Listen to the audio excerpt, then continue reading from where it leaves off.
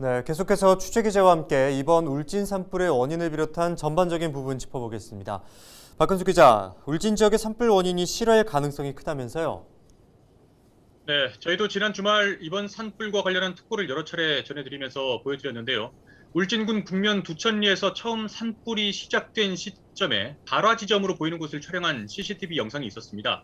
예. CCTV를 봤을 때 도로 바로 옆에서 불이 시작됐고 불과 몇 분 만에 바람을 타고 산 중턱까지 번져 나갔죠. 주민 신고로 20분 만에 소방차가 도착했었지만 이미 불이 산으로 확산된 상태였습니다. 경찰과 산림청 분석 결과 발화 시점에 이 도로를 지나간 차량이 넉 대로 확인됐고 산림청은 운전자가 버린 담뱃불로 인해 불이 시작됐을 가능성에 주목하고 있습니다. 현재 경찰이 차량 번호 등을 파악했고요. 차량 소유주의 신원이나 운전 여부, 실화 여부 등은 산림청에서 조사를 하게 되는데 발화 현장에서의 1차 감식은 완료된 상황입니다.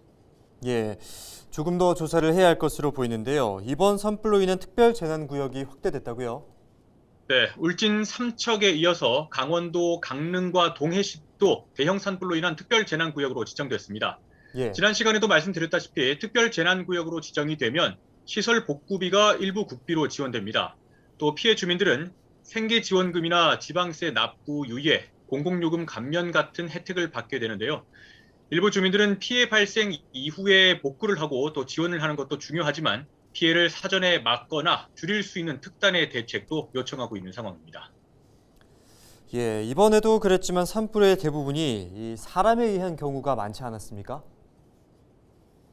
네, 맞습니다. 산불의 원인을 볼 때 전체의 76%가 입산자의 실화나 또 인근에서 쓰레기를 소각하다가 번지는 등의 사소한 부주의에서 발생했습니다. 예. 특히 봄철에는 해충을 없애기 위해 논이나 밭두렁을 태우는 경우도 많은데 이렇게 별로 심각하게 생각하지 않다가 산불로 이어지는 경우가 많습니다. 네, 이번 사례도 그렇지만 산불이 발생했을 때 불을 낸 사람에 대한 처벌은 어떻게 이루어집니까?